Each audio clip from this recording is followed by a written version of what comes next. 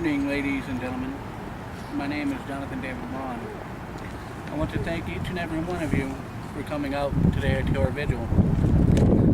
Tonight, it isn't just a vigil to me. It's also a wake-up call. Too many times, members of our community, the houseless, are found deceased from various reasons, biggest being exposure to the elements. These are friends, family, brothers, sisters, moms, dads, sons, daughters, that we've spent many days in warmer weather and nights to just enjoying each other's company. On average, it's been 4 years since I've been back, and the 10-year plan to end homelessness went into effect. A total of 36 in 10 years, just here in Kalamazoo. The final straw was this past December. A newcomer to the homeless community, a Latino gentleman, was found frozen to death behind what used to be a Burger King, where Michigan and Stadium Drive meet. He didn't really talk to anyone. Nobody knew his name. He had no documentation, so the only thing that was mentioned was 2 or 3 sentences in an obscure obituary buried at the very bottom. The way we found out was at First Presbyterian Church on Wednesday night at their weekly meal. The investigation by public safety lasted all of 24 hours. Now he's probably buried in a pauper's grave, nameless and forgotten to everyone. And this is a common practice. Too many times our community is nameless, houseless, and forgotten when they die. People like Tony that made things enjoyable in the park. Individuals like Rick, Amanda, Steve-O, and Barry who would make sure all of their friends were in the best moods they could be regardless of any situation that was going on. These are just a few of the many of our family that passed on.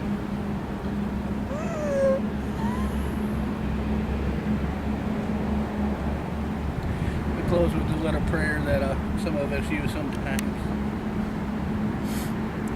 You are gone, we remain. You are dead, but not forgotten. All hail the glorious dead. Thank you. I just wanted to add that I lost my grandfather on the streets. I know how it feels. I never got a chance to really meet him. He died before I was 18. I didn't get to say goodbye. So I know how it feels to have somebody that is lost. What I have always seen. And this gentleman of the Latino, I see him, and I say to him that I am not forgotten. I will never forget. I can't forget these people that are lost.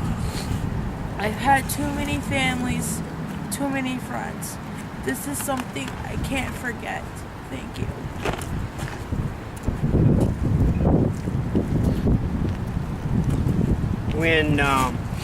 When I was almost homeless, I had a school bus that I was living in, so it's hard for me to compare what I had with really being on the street. But I did feel at odds of where I could be and where I belong. You know, I got moved along by the authorities a lot. But I have a friend up in Grand Rapids who took me in and gave me work a lot and shared a lot of beers with me.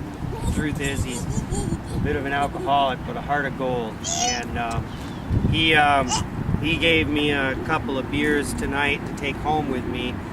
And I thought that actually one of the best uses for one of those beers was to pour one out. A ceremony that goes back to pagan times and is kind of a modern American tradition. So here's one for everyone who didn't make it.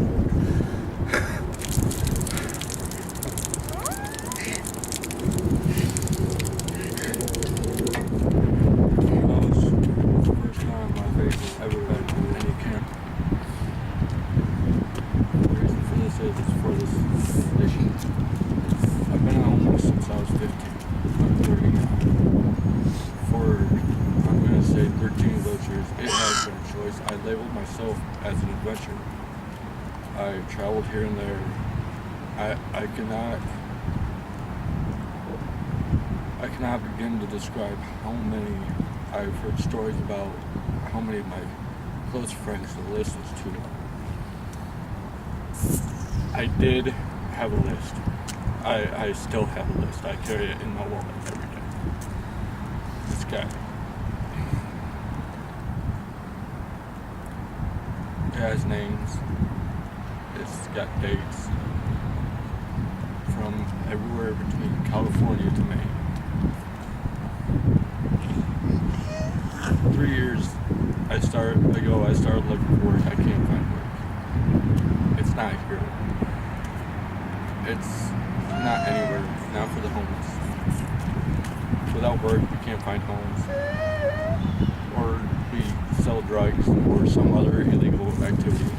Some even sell their bodies and die out that way. It's not right. This world definitely needs to change. We need to remember these people. I know I will.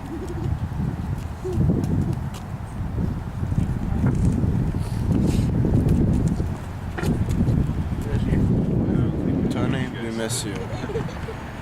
And just things that have happened in this town leading up to your death were, like said, unjust and unright. You shouldn't have had to suffer for the ill care of the rich. You have friends that you've left behind, and we'll never forget you.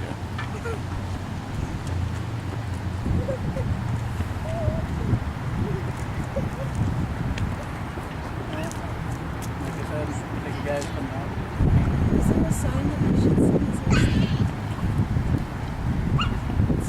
see? He died on the road. He died on the road. He didn't have much money, and he carried a heavy load. He was a friend of mine. He was a friend of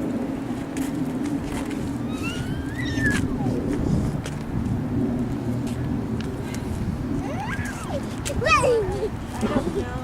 I did not know this man, and I don't know a few of you. Most only by name.